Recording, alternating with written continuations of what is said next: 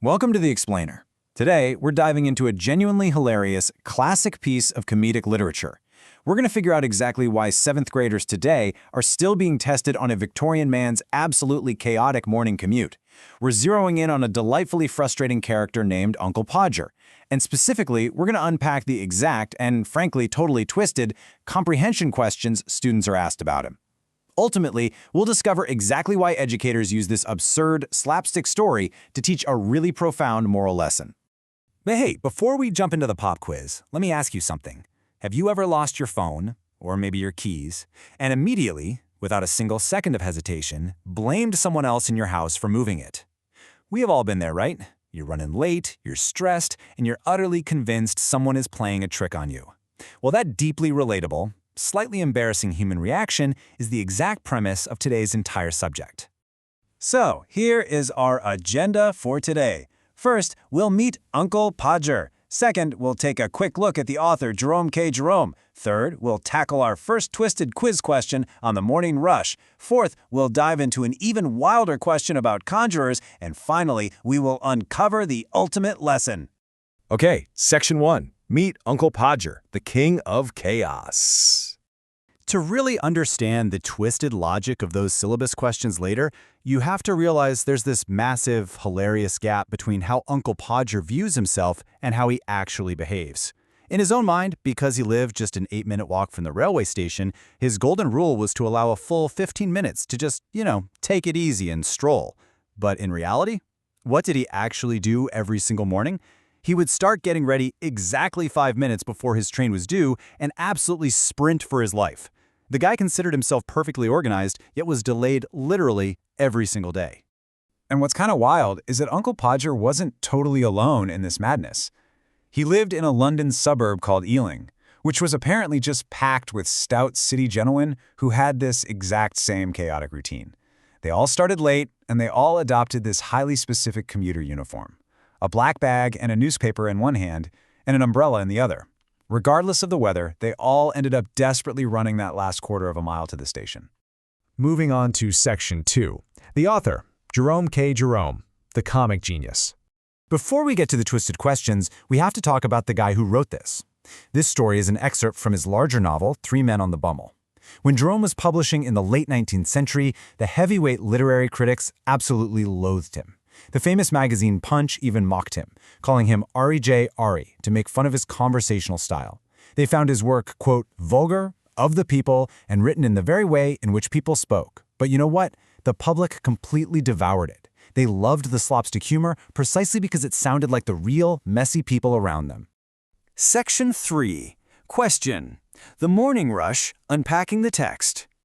All right, pencils out. Let's look at the actual brilliantly twisted logic students have to untangle on a 7th grade reading comprehension worksheet used in places like the Indian school Muscat.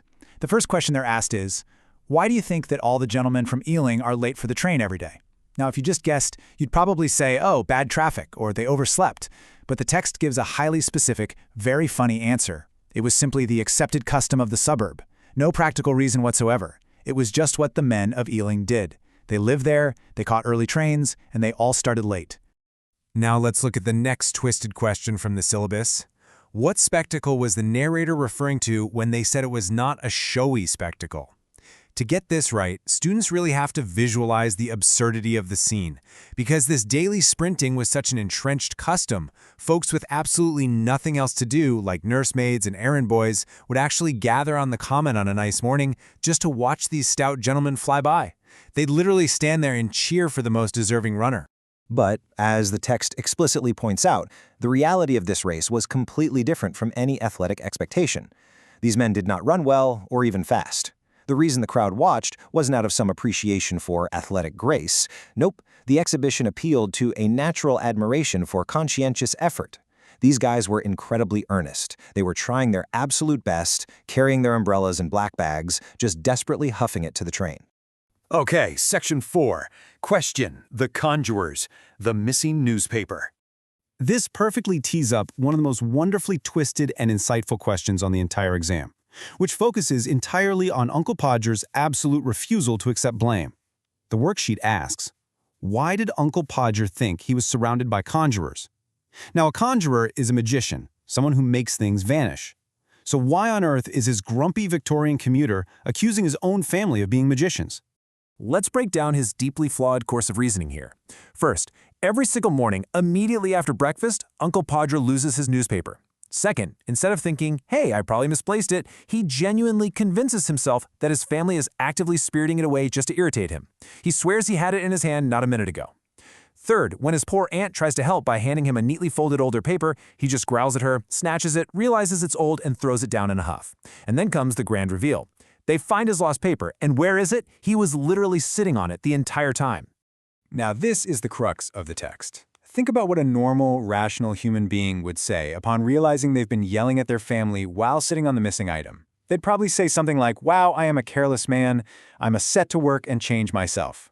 But the ultimate biting irony of Jerome's writing is that the narrator explicitly tells us it never ever occurred to Uncle Podgr to actually say these words. Instead, even when presented with the undeniable physical evidence that he was sitting on his own newspaper, he wouldn't apologize. Not a chance. He would just smile with this deep weariness, acting like a long-suffering martyr who feels fate has cruelly cast his lot among a band of hopeless fools.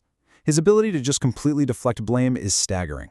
And it's this total lack of self-awareness that turns his final departure into a daily circus. Picture the hallway chaos. Aunt Maria gathers all the children to say goodbye.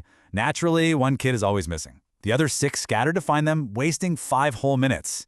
This actually gives Podgr enough time to find his lost umbrella, but of course then he loses his hat. Finally, they reassemble, the drawing room clock strikes 9, and the chime is so loud it completely confuses him. He gets so flustered he kisses some kids twice, completely forgets others, and has to start all over again. And yes, he blames the kids for mixing themselves up on purpose. Which brings us to Section 5, the ultimate lesson, the moral of the story. We have laughed at the madness, but this brings us to the core reason why this story is still taught today. Beneath all the slapstick comedy of a guy losing his newspaper and sprinting to a train, there is a very deliberate educational lesson at play. School syllabuses explicitly state aims for moral education, developing the ability to monitor oneself, making upright decisions, and handling conflict without demeaning the people around you. You see, Uncle Podgr acts as the absolute perfect inverse role model for young students. Where the syllabus wants to teach taking personal responsibility, Podgr blames literally everyone else. Where students need to learn self-reflection, Podgr has absolutely zero self-awareness. And where we should all appreciate our family's help, Podgr is completely ungrateful. Students are learning these core values by analyzing a character who's completely devoid of them. So if you want to understand the true ultimate lesson behind all those twisted comprehension questions, it boils down to this. Uncle Podgr's fatal flaw wasn't that he was forgetful or that he was clumsy. His true flaw was his total lack of gratitude and his steadfast, stubborn refusal to look in the mirror and accept his own mistakes. And because he refuses to change, his chaos is guaranteed to never end. The story wraps up with his eldest boy actually tricking him, telling a lie that the clocks are 5 minutes slow. This sends Podgr bolting out the gate in a blind panic. And in his rush, what does he do? He leaves behind the exact things he needs, his black bag and his umbrella.